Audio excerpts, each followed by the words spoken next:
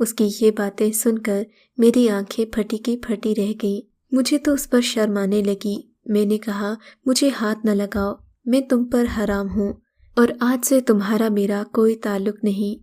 اتنا کہہ کر میں وہاں سے چلی گئی، لیکن میرے دل پر جو قیامت گزری تھی وہ صرف میں ہی سمجھ سکتی تھی۔ میری عزت کا محافظ خود مجھے نامحرم کے حوالے کرنے کو تیار ہو رہا تھا۔ میں جو والدین کی عزت کو بھول کر اتنا بڑا قدم اٹھا آئی تھی، شاید مجھے اسی چیز کی سزا دی جا رہی تھی۔ میرا دل چاہا زمین پھٹے اور میں اس میں غرق ہو جاؤں۔ بہرحال مجھے طلاق تو لینی ہی تھی۔ حاجی صاحب سے اس رات میری کوئی بات نہیں ہوئی تھی۔ اگلی صبح وہ حسب معمول کام پر چلے گئے۔ میں بھی مجبور ہو کر اسی ٹھکانے پر واپس آ گئی۔ پورا دن اللہ اللہ کر کے گزارا۔ جیسے ہی دوپہر ہوئی، وقار بھی کسی ضروری کام سے گھر سے نکل گیا۔ میرا دل چاہا کہ گھر سے بھاگ جاؤں، لیکن گھر کی دہلیز پار کرنے کی مجھ میں ہمت نہیں تھی۔ شام کو جیسے ہی حاجی صاحب گھر آئے، میرا دل تیزی سے دھڑکنے لگا، کیونکہ آج تو میں سب کچھ جان چکی تھی۔ وقار بھی ابھی تک گھر نہیں آیا تھا۔ حاجی صاحب کو ان کے کرتوتوں کے سبب بڈھا کہوں تو غلط نہیں ہوگا۔ بڈھے کے چہرے پر شیطانی ہنسی برقرار تھی۔ وہ آتے ہی بولا، اب تو تمہیں میرا ہونے سے کوئی نہیں روک سکتا۔ یہ سن کر میرے سر پر آسمان آ گرا۔ اندر سے میں ڈر تو رہی تھی، لیکن میں نے اپنے جذبات پر قابو رکھتے ہوئے کہا، حاجی صاحب صبر رکھیں، ابھی وقار نے مجھے طلاق نہیں دی۔ جیسے ہی وہ مجھے طلاق دے گا، ہم دونوں نکاح کر لیں گے، پھر تو میں آپ ہی کی ہو کر رہوں گی۔ تب حاجی صاحب نے ایک زوردار قہقہا لگایا اور بولے، لڑکی تم کس دور میں ہو؟ وہ تو کب کا واپس اپنے گھر جا چکا ہے۔ اس نے تمہیں مجھے بیچ دیا ہے اور نکاح تو ہوتا رہے گا۔ فی الوقت میں جو کہتا ہوں وہ کرو۔ حاجی صاحب کی بات نے میرا دل دہلا کر رکھ دیا۔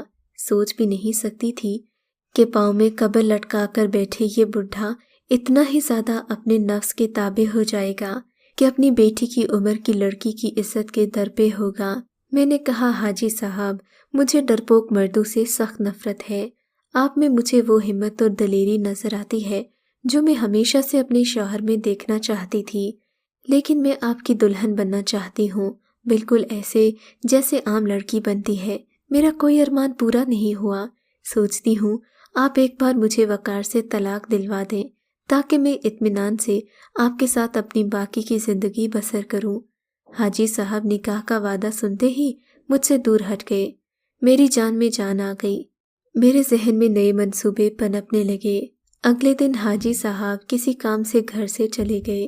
میں نے دن میں ہمت کر کے گھر سے باہر قدم نکالا، لیکن جیسے ہی میں گھر سے باہر نکلی، مجھے لگا کہ کوئی میرا پیچھا کر رہا ہے۔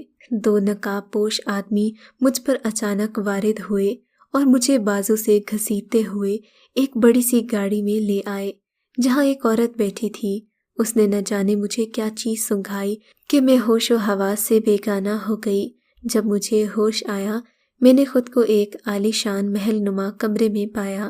یہاں پر خوبصورت ریشمی پردے لگے ہوئے تھے۔ میرے بستر کے اوپر چھت پر بہت بڑا فانوس لٹک رہا تھا۔ میرے سامنے صوفے پر ایک 50 سالہ بوڑھا آدمی بیٹھا تھا۔ مجھے دیکھتے ہی بولا، تمہارے محافظ ذوالفقار صاحب نے 60,000 روپے کے عوض تمہیں میرے حوالے کیا ہے۔ اب تم ساری زندگی اس گھر میں گزارو گی، تمہیں کسی چیز کی کمی نہیں ہوگی۔ ہاں بس یہاں سے بھاگنے کی کوشش مت کرنا۔ یہ شخص تو بہت بڑا رئیس لگ رہا تھا۔ میں بھی مکمل بے بس ہو گئی تھی، زندگی سے ہار مان لی تھی، لیکن اس دولت کی چکا چوند نے میری آنکھوں پر پٹی باندھ دی۔ اس گھر میں ہر طرف دولت کی ریل پیل تھی، حتیٰ کہ نوکروں کا حلیہ بھی انتہائی خوبرو تھا۔ خیر میں وہاں خاموشی سے دن گزارنے لگی۔ میری حیثیت کسی ملکہ سے کم نہیں تھی، لیکن میرے اندر میرے شوہر سے بدلہ لینے کی تڑپ نہ جانے کیوں یہاں آ کر بڑھتی ہی جا رہی تھی۔ میرے اندر کا سکون برباد ہو گیا تھا۔ اس شخص کا نام چودھری ہشام تھا۔ یہ ہفتے میں ایک آدھ بار ہی گھر آتا۔ اس نے مجھ سے نکاح نہیں کیا تھا، مگر میرے ساتھ وقت گزارنا اسے اچھا لگتا تھا۔ میں تو جیسے ہشام کی کٹ پتلی بن چکی تھی، مجھے دل میں سکون نہیں ملتا تھا۔ میں چودھری حشمت کا بھروسہ حاصل کرنے میں کامیاب ہو گئی۔ اس کے ایک ڈرائیور کی مدد سے میں نے گاڑی چلانا بھی سیکھ لی تھی، اب میں اکیلی بھی گھر سے نکل پڑتی تھی۔ ایسے ہی ایک روز میں نے اپنی ضرورت کی کچھ اشیاء اٹھائیں اور اپنے شوہر کے بدلہ لینے کی غرض سے میں گھر سے نکل آئی۔ آج مجھے بہت لمبی مسافت طے کرنی تھی۔ سب سے پہلے میں حاجی صاحب کے گھر پہنچی، لیکن وہاں جا کر مجھے معلوم ہوا کہ وہ گھر چھوڑ کر کب کے جا چکے ہیں۔ پھر مجھے یاد آیا کہ وقار اکثر اپنی ماں کو خط لکھتا تھا۔ مجھے اس کے گھر کا پتہ معلوم تھا، میں نے کئی بار یہ پتہ پڑھا تھا۔ میرے اندر کی شیرنی چنگھاڑنے لگی۔ آج میرے پاس سب کچھ تھا جو ایک عورت کو پر اعتماد بناتا ہے۔ تقریباً 2 روز کی مسافت طے کرنے کے بعد بالآخر میں اس کے گھر جا پہنچی۔ اس وقت رات کے 10 بج رہے تھے۔ وقار کے پورے گھر کو برقی کمکموں سے سجایا گیا تھا۔ وہاں کافی لوگوں کا مجمع تھا۔ میں نے ایک عورت سے پوچھا، یہاں کیا ہو رہا ہے؟ اس نے بتایا کہ وقار کا نکاح ہے۔ یہ سن کر میرا دماغ بھگ سے اڑ گیا۔ میں پاگلوں کی طرح ٹہلنے لگی اور پھر ایک جگہ چھپ کر بیٹھ گئی۔ وہاں سے مجھے وقار سامنے سے آتا دکھائی دیا۔ میں نے وقار کا پیچھا کیا، کسی کو محسوس نہیں ہونے دیا کہ میں کون ہوں۔ جب وہ ایک کمرے میں داخل ہوا تو میں کھڑکی کے پٹ سے کان لگا کر سننے لگی۔ وقار اپنی ہونے والی بیوی سے مخاطب تھا، کل تک آپ میری بھابھی تھیں اور قسمت کہ آج آپ میری بیوی بن چکی ہیں۔ آپ کو اپنی زندگی کا بہت بڑا راز بتانا چاہتا ہوں، لیکن اس کے لیے تمہیں اپنا دل مضبوط کرنا ہوگا۔ نجمہ، تمہارا سہاگ لوٹنے والا کوئی اور نہیں بلکہ میں تھا۔ جہاں مختار بھائی نوکری کرتے تھے، میں نے وہاں سے ایک لڑکی کو اغوا کیا تھا۔ وہ لڑکی ہی میری کل کائنات ہے۔ اسے میں ایک لٹیرے کے حوالے کر آیا ہوں۔